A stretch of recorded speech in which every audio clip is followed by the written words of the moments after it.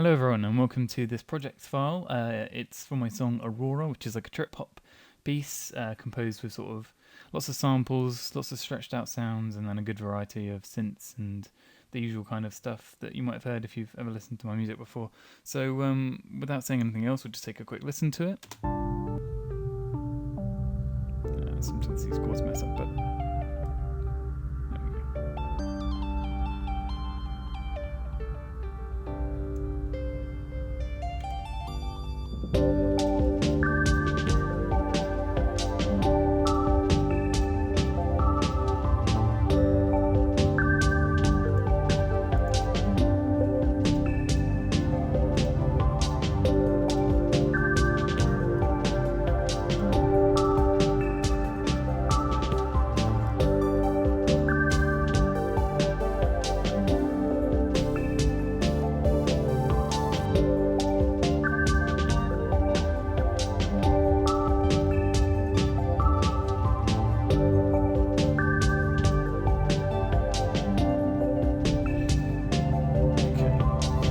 So, that's enough of that. My advice for looking around this project would be to have a good look at each of the channels. I mean, this is quite an old project for me. I've had this sat around for a while, so to be honest, listing all the things that I've done in it is a bit difficult, to be honest. I mean, just starting from the top here, you can see there's lots of automation on this audio. And I should say a lot of this audio is actually done with a third-party program, Cecilia. A lot of the kind of dramatic time stretching effects have been done with that, so you won't necessarily see the processing on these, but these are just simply backdrop. If we just take a listen to this one here, nothing too complicated about this. They're just mixed in, bit of EQing and some bust reverb as well. The real kind of meat of this track comes from, at least in terms of stuff that you can look at, comes from these synthesizers, and especially the stuff contained around here. So there's a lot of layering and stuff done here. Let's take a look at this low lead for an example. I've opted, I started with this main core sound. As you can see, there's a lot more automation on this one than the other synths here, but this is the main thing. You can see it's even a little bit louder in the mix here. And on its own, it sounds like this.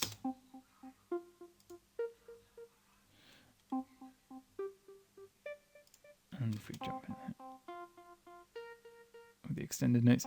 And then what I've done is I've layered, so this is an octave up. It's the same patch, just an octave up and an octave down. Combined, you get this sound.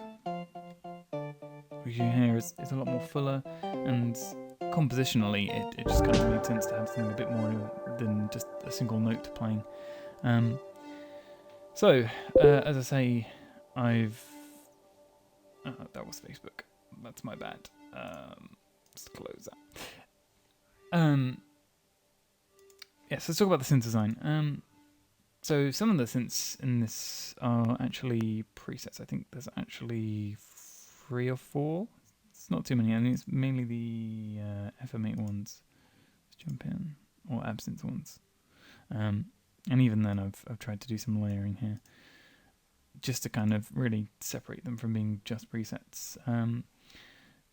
But there is some good original synth design in here, particularly in the massive ones. This is one of the more extensive patches, and you kind of got this low rumbly sound, which you might not be able to hear on a nicer setup, because we're only listening to the mixed version here, not the mastered. But it also serves really well in the high end,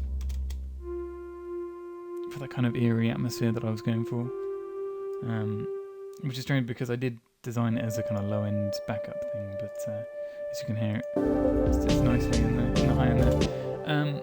Some other cool things about this project, I've actually gone and sampled one of the synths. Let's take a listen to this main arp here. I recorded that, and I've actually used it as kind of an introduction and breakdown noise with a bit of warping.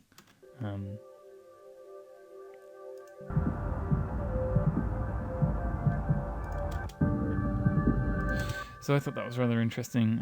As you can see, there's not actually too many effects applied, just a bit of delay there, and some warping. So you might be interested to have a look at that. As far as contact goes, because obviously it does use some contact, but and I realise contact is sort of out of range for most people. It is just the factory presets, and there's actually only 3 tracks that use contact. So you've got the bass guitar here. Very simple. I mean, I haven't really done too much to this, just a bit of EQing and changing the instrument a little bit there just to suit my needs. And there's a guitar on the Rhodes as well. The MIDI on the Rhodes is quite nice. You might like to hook this up to something else if you don't have contact, because some of the performance data in here is quite nice. Not completely ideal, I have to admit. I mean, the expression could be a bit better, but in the overall aesthetic of the song, it's worked out pretty well.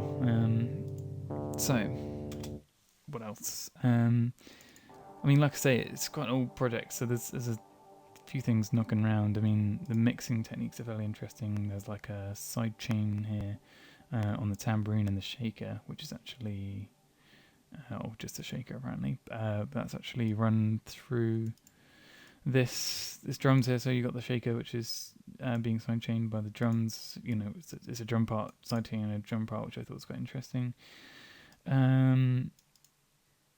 Other mix techniques you can check out. I mean, I've done my classic thing with drums that I do pretty much all the time now at the moment, which is where I've got a low pass and the exact same thing but high pass, and that's all run together into one drum signal.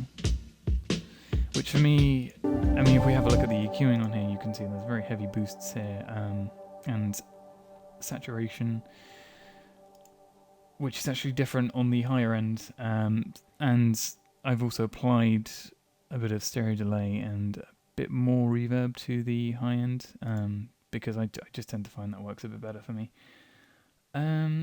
So I don't want to make this too long, so I'm just going to kind of leave it here and let you explore the project for yourself, but hopefully you enjoy. Thank you for taking an interest, and goodbye.